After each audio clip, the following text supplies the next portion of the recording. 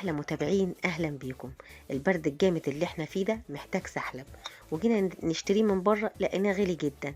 تعالوا النهارده هنعمله في البيت في دقيقتين وانتي واقفه، وهنعمل كميه قد اللي بتجيبيها من بره 3 4 مرات، وكمان هتكون بربع تمن بره. تعالوا نشوف هنعمله ازاي وهيطلع زي بره بالظبط. تعالوا نشوف. اول حاجه بنجيب بوله وبنضيف فيها كوبايتين نشا، بأي كوباية، المهم الكوباية تكون واحدة، عليهم نص كوباية لبن بودرة، ونص كوباية كريمة سايبة أو كيس كريمة من اللي بيتباع في السوبر ماركت،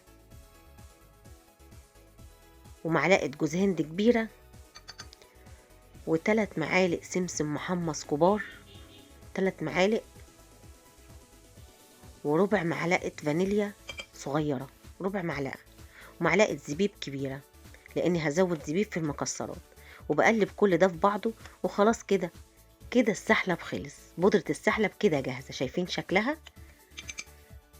فاضل دي المكسرات. دي المكسرات بقى زي ما تحبي، زبيب على جوز هند على اي مكسرات عندك، دي حاجة اختياري. ان شاء الله حتى سوداني، حابة تحطيها على البودر براحتك، لكن لو انت حابة تحطي على الوش ممكن تحتفظي بيها في كيس لوحدها.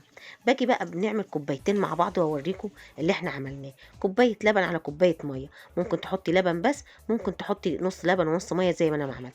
بنحط معلقة كبيرة على كل كوباية، نص معلقة من البودرة اللي احنا جهزناها على كل كوباية، نص معلقة.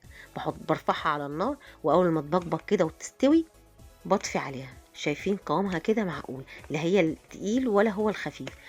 على كل كوبايه نص معلقه.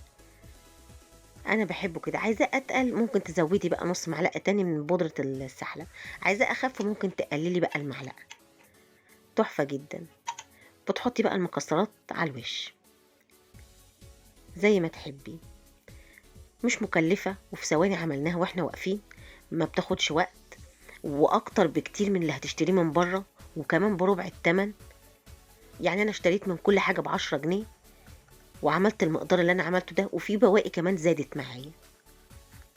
زي ما انتوا شايفين عملنا كميه كبيره تكفيكي شهور. الكيس اللي احنا بنشتريه من بره ما يكفي، ما يعملش كام مره.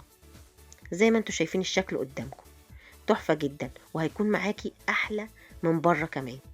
احلى حاجه حلوه تعمليها في برد الشتاء، وبجد بيدفي جدا في الشتاء. يا رب يكون عجبكم وتجربوه، وبالهنا والشفا لكل اللي يجرب.